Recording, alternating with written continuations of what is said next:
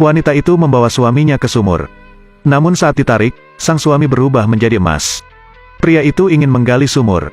Sumur itu runtuh, dan para suster akhirnya bisa menarik pria itu. Tapi sumur itu berubah menjadi jurang maut. Di bawah dorongan, pria itu mengikat lampu minyak tanah dan menurunkannya. Namun tiba-tiba, lampu minyak itu seolah tersedot, terus-menerus jatuh ke bawah. Pria itu berjuang untuk menarik tali ke atas. Lampu minyak baru saja jatuh. Itu berubah menjadi toples lagi. Itu semua emas. Ini membuat pria itu bersemangat. Dia memutuskan untuk membeli lampu minyak tanah. Setelah pria itu pergi, para suster menemukan secari kertas. Jatuhkan sesuatu hidup-hidup. Karena untuk mengecek keaslian kertas itu, para suster mencari seekor ayam tua. Begitulah cara ayam itu diturunkan. Tali itu meluncur ke bawah seperti sebelumnya. Bersama-sama mereka menarik talinya.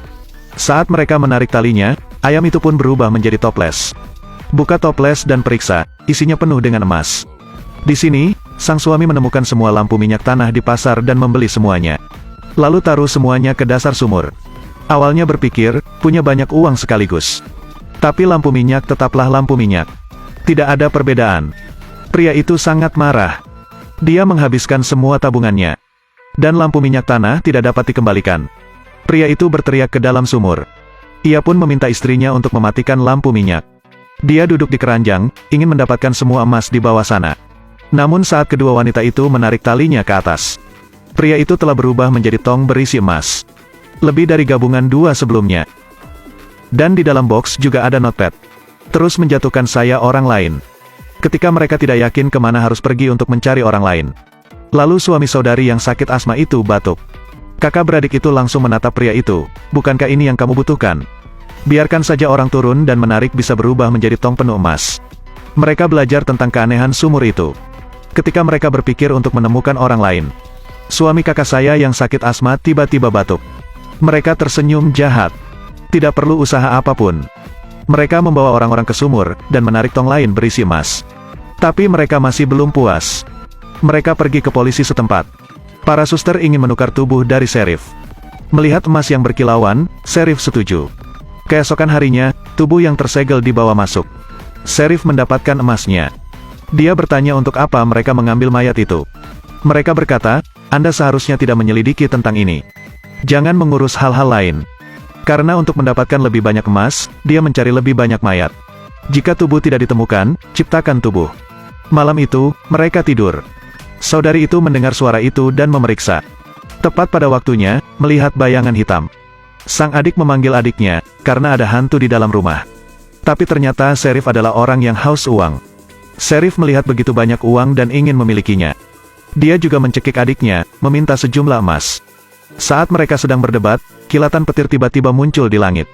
Kemudian, pintu rumah terbuka. Bayangan hitam muncul di depan mata mereka.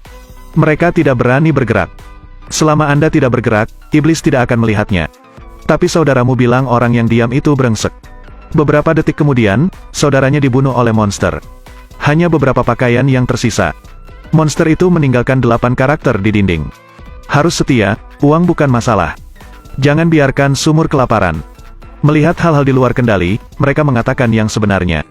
Kedua mata Sheriff bersinar. Dia memiliki pikiran yang sangat jahat. Lubang cacing tiba-tiba muncul. Jatuhkan saja orang ke sana, ketika ditarik, itu akan berubah menjadi tong emas. Karena dia ingin mendapatkan banyak emas, Sheriff memiliki pikiran jahat. Dia mengadakan pesta api unggun di alun-alun. Penduduk desa masih senang. Kemudian Kapolres merobohkan tiang listrik tersebut. Kawat baja yang dialiri listrik mengelilingi dan memblokir semua penduduk desa. Dia menyebut ini proyek Purbakala. Melihat banyak mayat, mereka membawa mereka ke sumur yang dalam. Sheriff juga mendapatkan lebih dari 800 ton emas. Namun ketika ditanya bagaimana cara membagi emas tersebut, Sheriff menyuruh mereka untuk maju. Dia didorong ke dalam sumur. Melihat itu, sang adik melompat. Tapi dia juga didorong ke dalam sumur. Pada akhirnya, semua emas ini menjadi milik Sheriff. Dia mengambil emas itu dan memasukkannya ke dalam sakunya. Akankah semuanya berjalan sesuai keinginannya? Setelah bertahun-tahun, mereka mendengar bahwa ada harta karun dan menemukannya. Mereka tiba di sebuah rumah kosong, dan menemukan sesuatu di balik tirai. Pria memeriksa. Seorang lelaki tua dengan rambut perak berlari keluar. Itu Kapolres. Dia dihantui oleh monster di sumur yang dalam, lalu disiksa. Dan monster itu tertarik pada pendatang baru di sini.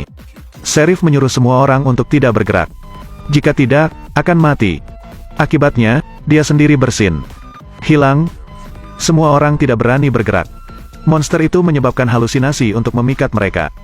Juga sengaja mendorong mobil untuk menarik. Tapi mereka tidak bergerak, sampai monster itu pergi. Pada titik ini, mereka baru saja kehabisan. Film berakhir di sini.